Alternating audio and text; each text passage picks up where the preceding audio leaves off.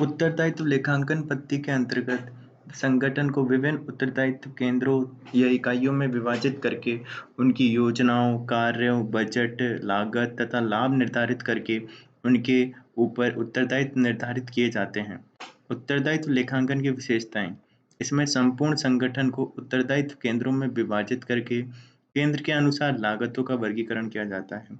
इस प्रणाली में नियंत्रित तथा अनियंत्रित लागतों में स्पष्ट विभेद किया जाता है और हर उत्तरदायित्व केंद्र पर केवल वही लागतें एकत्रित की जाती हैं जिन पर केंद्र के अधिकारी का नियंत्रण हो।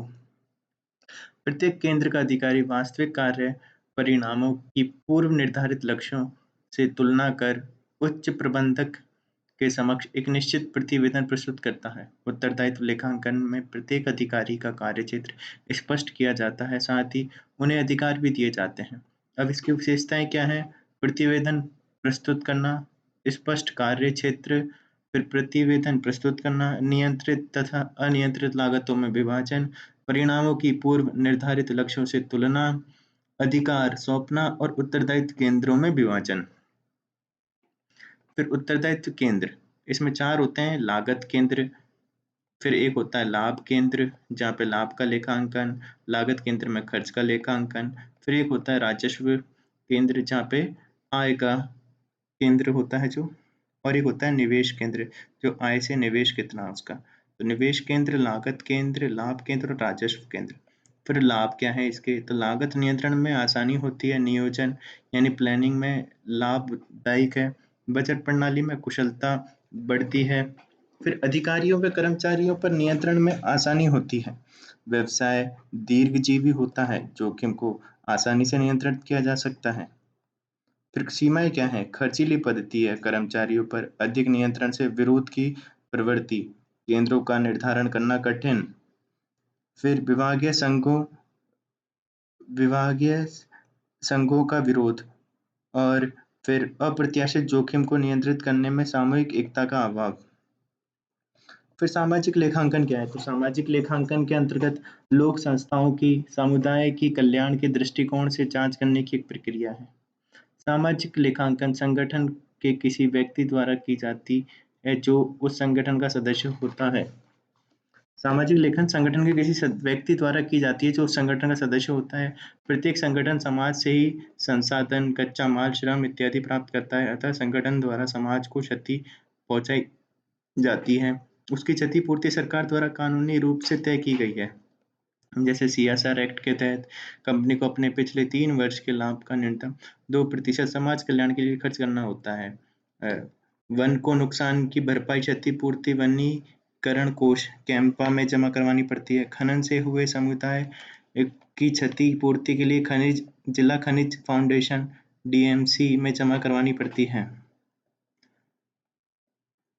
इसी प्रकार कंपनी को इन कानूनों के अनुसार समाज कल्याण हेतु व्यय करना होता है, जिसका लेखांकन कंपनी का ही कोई व्यक्ति करता है। फिर सामाजिक अंकेक्षण क्या है? सामाजिक अंकेक्षण किसी बाहरी व्यक्ति या संस्था द्वारा किया जाता है। कंपनी ने CSR एक्ट, वन क्षतिपूर्ति इत्यादि के अनुसार व्यय किया है या नहीं, कितना किया है, इनको लाभ मिला है, अंकेक्षण किया जाता है। सरकारी योजनाएं जो चल रही हैं उसका क्या प्रभाव हुआ है, क्या उसी वर्ग को लाभ मिला है जिसके लिए धन व्यय किया गया था, का मूल्यांकन किया जाता है। मनरेगा लेखा परीक्षा नियम 2011 की धारा 6(1) के तहत ग्राम सभा सामाजिक अंकेक्षण करती है। बजट के व्यय एवं विभागीय योजनाओं का अंकेक्षण कैग द्वारा किया जाता है। फिर अंकेक्षण का अर्थ व उद्देश्य क्या है? तो अंकेक्षण का अर्थ है अंग्रेजी प्राय ऑडिटिंग, लैटिन भाषा ऑडिटर शब्द से लिया गया है, जिसका अर्थ होता है सुनना। अंकेक्षण तृतीय पक्षकार या स्वतंत्र व्यक्ति द्वारा किया जाता है। प्राचीन मिस्र, यूनान व रोमन साम्राज्य में राजकोष के लेखे रखने के लिए कुशल लेखाकारों को नियुक्त किया जाता है। अंकेक्षण एक स्वतंत्र व्यक्ति द्वारा किसी फर्म के वित्तीय विवरणों में दी गई सूचनाओं एवं अन्य लेखा पुस्तकों की सत्यता की जांच कर अपनी निष्पक्ष राय देता है। अंकेक्षण के लाभ क्या हैं? तो विनियमों की रखवाली करना, स्वतंत्र निष्पक्ष जांच करना, त्रुटियों का पता लगाना, गबन का पता लगाना, बहुमूल्य सलाह देना, भविष्य में गलतियां होने से रोकना, व्यापार की सही स्थिति का पता लगाना और कानूनों की अनुपालना की जांच करना। फिर अंकेक्षण के उद्देश्य एक होते हैं प्राथमिक, जैसे कि लेखा पुस्तकों की शुद्धता का पता लगाना और वित्तीय विवरणों की सत्यता की जांच करना। फिर द्वितीय क्या होते हैं, जिसमें त्रुटियों का पता लगाना तथा रोकना, गबन का पता लगाना तथा रोकना, प्रबंधकों को सलाह देना, कंपनी की सही वित्तीय स्थिति का पता लगाना, फिर संस्था के कार्मिकों पर नैतिक दबाव डालना और भविष्य के लिए संस्था का मार्गदर्शन करना। अंकेक्षण के तत्व क्या हैं? संगठन होता है, लेखा पुस्तकें होती हैं और स्वतंत्र व्यक्ति होता है। फिर प्रतिवेदन होता है, कुशलता पूर्वक होता है और आलोचनात्मक मूल्यांकन होता है। त्रुटि और गबन में क्या डिफरेंस है? तो त्रुटि यह भूलवश या अज्ञानतावश होती है। त्रुटि करने वाले व्यक्ति को त्रुटि का ज्ञान नहीं होता, इसमें कोई उद्देश्य निहित नहीं होता, यह योजना विहीन होती है। और त्रुटि कोई अपराध नहीं है। त्रुटि करने पर परिणाम शून्य, लाभ या हानि कुछ भी हो सकता है। त्रुटि का पता लगाना प्राय आसान होता है। कपट यह जानबूझकर की जाती है।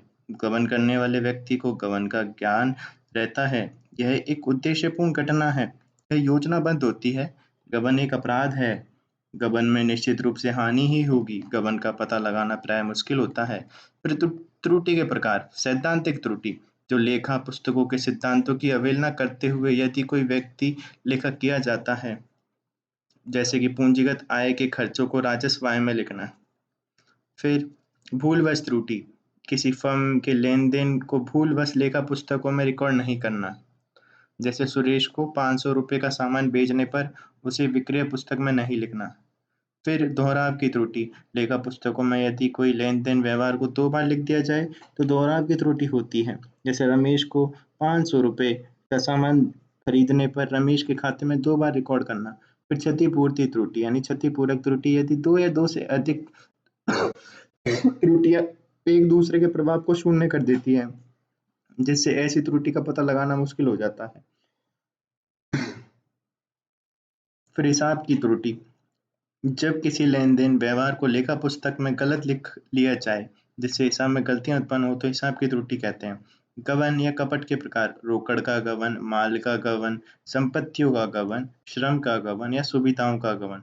अब अशुद्धियां एवं गबन की स्थिति में अंकेक्षक की भूमिका क्या होती है? तो अंकेक्षक को उचित सावधानी तथा चतुराई से कार्य करना चाहिए। अशुद्धि का पता लगाते समय अंकेक्षक को संदेहशील नहीं होना चाहिए।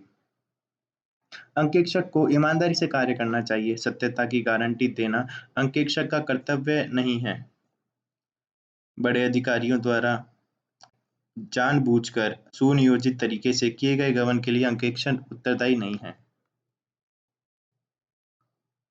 फिर निष्पत्ति अंकेक्षण, तो ये इसे पूर्ण अंकेक्षण भी कहते हैं, यानी परफॉर्मेंस ऑडिट।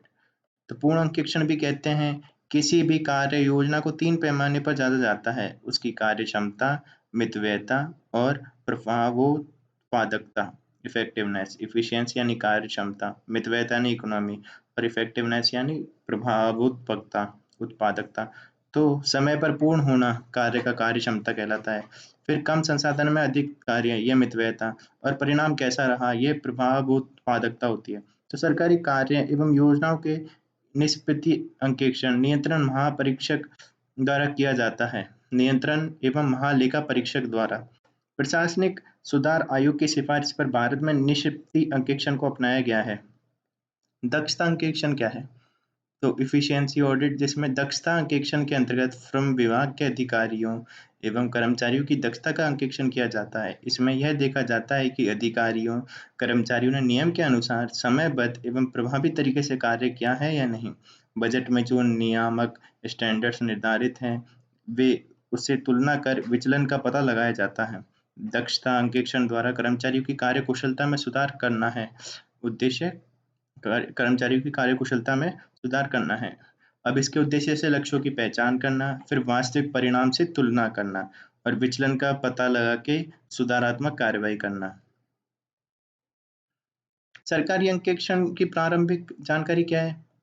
तो केंद्र व राज्य के विभागों, बोर्ड, निकाय, उपक्रमों का अंकेक्षण नियंत्रक एवं महालेखा परीक्षक द्वारा किया जाता है। संविधान के अनुच्छेद 151 के तहत कैग को यह अधिकार है कि वह केंद्रीय संस्थानों, निकायों, बोर्ड इत्यादि के लेखा परीक्षक कर अंकेक्षण रिपोर्ट राष्ट्रपति को दे। वही राज्य के से संबंधित निकाय उपक्रमों की अंकेक्षण रिपोर्ट राज्यपाल को दे।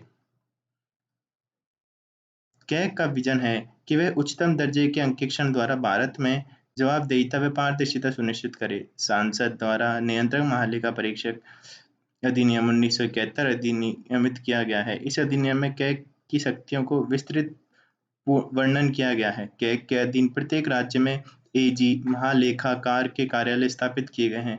कैग की रिपोर्ट को संसद में एवं राज्य विधानमंडल में रखा जाता है। इस रिपोर्ट के अनुसार लोक लेखा समिति संसद एवं विधानमंडल में सरकार पर व्यय के संबंध में प्रश्न कर नियंत्रण स्थापित करती है। कैग लेखा परीक्षा के दौरान नियंत्रण एवं महालेखा विनियम 2007 के तहत निम्नलिखित जांच करती है। व्यय की वैधता क्या है? क्या संविधान, कानून, नियम, प्राधिकार के अनुसार व्यय किया गया है या नहीं? फिर दूसरा, किसी प्रकार की हानि, अपव्यय, कपट, अनियमितता तो नहीं बरती गई? फिर निर्णय लेने में सत्यनिष्ठा का पालन किया गया या नहीं? फिर व्यय न्याय संगत है या नहीं? या फिर व्यय उद्देश्यपूर्ण है या नहीं? निष्पादन बजट क्या है? निष्पादन बजट की शुरुआत संयुक्त राज्य अमेरिका से हुई। परंपरागत बजटिंग में खर्चों की मात्रा पर अत्यधिक जोर देने की परंपरा थी, जबकि निष्पादन बजटिंग में खर्चों के स्थान पर प्राप्त होने वाले उद्देश्यों पर जोर दिया जाता था। निष्पादन बजटिंग में किसी कार्य या उद्देश्य को योजना, क्रियाकलाप, कार्यक्रम के रूप में प्रस्तुत किया जाता है। फिर भारत में संसद की प्राक्कलन समिति की सिफारिश पर निष्पादन बजटिंग को 1950 में लागू करने हेतु कहा गया। वास्तविक रूप से श्री मोरारजी देसाई की अध्यक्षता में गठित प्रथम प्रशासनिक सुधार आयोग 1958 की सिफारिश पर लागू किया गया। निष्पादन बजट प्रणाली का मुख्य जोर दीर्घकालीन परिप्रेक्ष्य के तहत उत्पाद उन्मुख सूचनाएं उपलब्ध कराने पर रहता है, ताकि स्रोतों का आवंटन कुशलता व प्रभावी ढंग से किया जा सके। इसका उद्देश्य क्या होता है? कार्यक्रमों और गतिविधियों के भौतिक वित्तीय पहलुओं के बीच संबंध कायम करना। सरकारी तंत्र में प्रबंधक के सभी स्तरों पर बजट प्रस्तावनाओं, समीक्षा व निर्णय लेने में सुधार करना। अधिक प्रभावी निष्पादन लेखा परीक्षा को संभव बनाना। फिर विधानमंडलों द्वारा बेहतर गुण विवेचन तथा समीक्षा में सहायता देना। योजना में निर्धारित दीर्घकालिक लक्ष्यों को प्रगति को आंकने में सहायता करना। निष्पादन बजट के अव्यय क्या हैं? अवयव कार्यक्रम और गतिविधियों का वर्गीकरण करना। प्रत्येक कार्यक्रम को निर्धारित लक्ष्यों की रूपरेखा बनाना। प्रत्येक कार्यक्रम के लिए निर्धारित लक्ष्यों की रूपरेखा बनाना।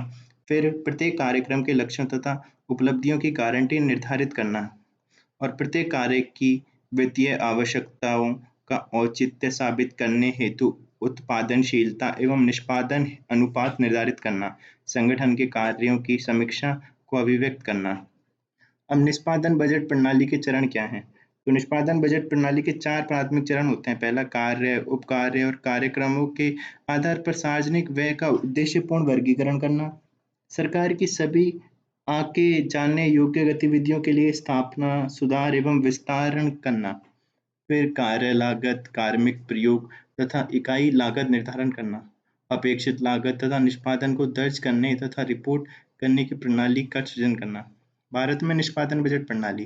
भारत में निष्पादन बजट प्रणाली की आवश्यकता उसी समय से महसूस की जा रही है जब से भारत ने योजना युग में प्रवेश किया। हमारे देश के संस्थागत ढांचे आवश्यकताओं पर निष्पादन बजट प्रक्रिया संबंधी सर्वप्रथम अध्ययन 1953 में DN Appel द्वारा किया गया। 1960 में संसद की प्राक्कलन समिति द्वारा अपनी 73वीं रिपोर्ट में बड़े स्तर की विकास परियोजनाओं के मामले में परिव्ययों के विधिवत आकलन हेतु निष्पादन बजट को लागू करने की सिफारिश की गई।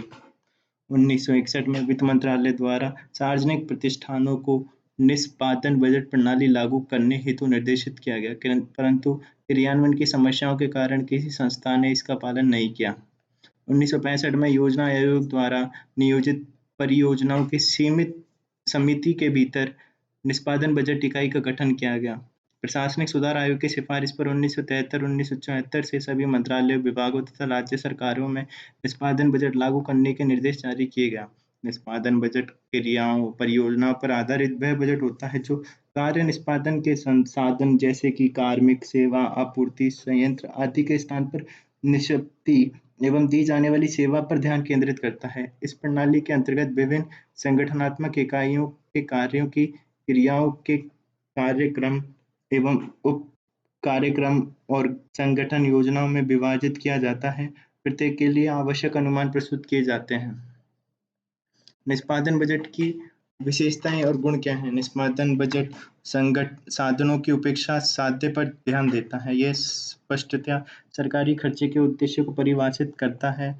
यह बजट आवंटन के लिए जरिए सरकारी कार्यक्रमों को नियंत्रित करता है। परिमाणात्मक मात्रात्मक रूप में कार्य कुशलता तथा कार्य मापन के लिए यह एक आधार का कार्य करता है। प्रत्येक सरकारी कार्य निष्पादन की लागत का सही अनुमान लगा सकता है। यह लक्ष्यों को पहले से ही निर्धारित करता है जिन पर सरकारी विभागों के निष्पादन का समय-समय पर मूल्यांकन किया जा सके। सीमाएं क्या हैं? सरकारी निष्पादन का पता आसानी से नहीं लगने के कारण कई बार परिणाम भी अस्पष्ट होते हैं। निष्पादन बजट से सरकारी निष्पादन का परिणात्मक मूल्यांकन करना लगभग एक जटिल कार्य है। इससे कागजी कार्य बढ़ता है तथा समय की बर्बादी भी होती है। इसमें लेखा शीट्स को विकास शीट्स के साथ जोड़ना एक जटिल कार्य है। फिर शून्य आधारित बजट। तो शून्य आधारित बजट प्रणाली के अंतर्गत सभी योजनाओं को कोई आरंभिक धनराशि आवंटित न करके प्रत्येक वर्ष उन्हें नए सिरे से चालू मानती है। शून्य आधारित बजट प्रणाली लागत लाभ विश्लेषण पर आधारित होती है, जिसमें निम्न प्राथमिक वाले कार्यक्रमों का परित्याग कर दिया जाता है। इस प्रणाली में सभी व्ययों को शून्य मानकर विस्तृत समीक्षा की जाती है ताकि चालू खर्च के स्तरों को न्याय संगत बनाया जा सके। तो उत्पत्ति कब हुई और अपनाने के कारण क्या है, ये सब तो मेरे को काम के लग नहीं रहे हैं। तो इसको देख लेते हैं, वेरी इंपॉर्टेंट है जो। तो शून्य आधारित बजट प्रणाली के चरण क्या है? तो कुल 4 चरण है। पहली होती है निर्णय इकाई, फिर होती है एकमुश्त निर्णय, फिर होती है योजना कार्यक्रम बजट व्यवस्था और फिर है श्रेणीबद्ध करना।